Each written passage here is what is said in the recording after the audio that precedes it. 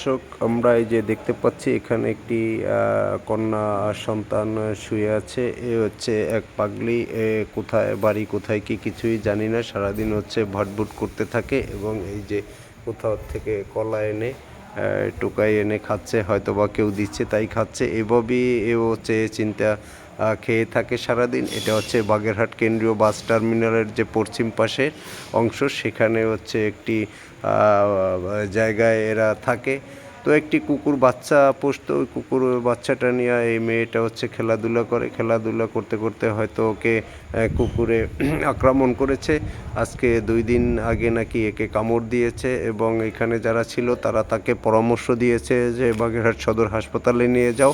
হসপিটালে নিলে এই যা বলেছে আমরা পাগলির মুখ থেকে একটু শুনবো যে হসপিটালে নেয়ার পরে ডাক্তার বা ওখানকার লোক যারা ছিল তারা কি বলেছে। এই যে তোমাকে কি বলছে, ভ্যাকসিন দেয়া যাবে না না কি বলছে, না দিবে কি বলছে, আবার একটু বলো তো কি বলছে,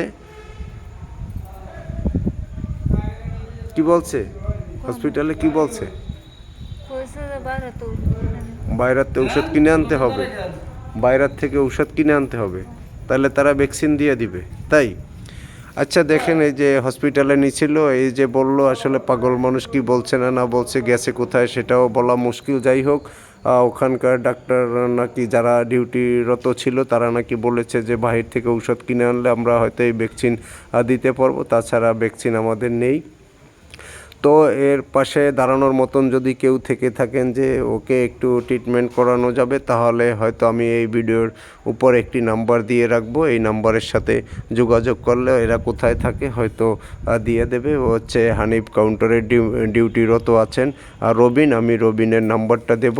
ওর সাথে যোগাযোগ করলে একে পাওয়া যাবে। যদি কেউ এরকম সহযোগিতা করার মতন থেকে থাকেন তাহলে হয়তো এদেরকে নিয়ে ওকে নিয়ে একটু ট্রিটমেন্ট করালে ভালো হবে। এটা হচ্ছে এই যে কেন্দ্রীয় বাস টার্মিনালের যে ভবনটি রয়েছে, সেই ভবনটির একদম পশ্চিম পাশে হচ্ছে কর্নারে একটা শাটার দেওয়া, সেই শাটারের পাশে ওরা হচ্ছে এখানে রাত দিন সবসময়ই থাকে, এদিক ওদিক ঘোরাফেরা করে, হয়তো খাবার টাবার খেয়েটে আবার এখানে এসে থাকে। এই যে দেখতে পাচ্ছি আমরা এই জায়গাটার ভিতরেই থাকে।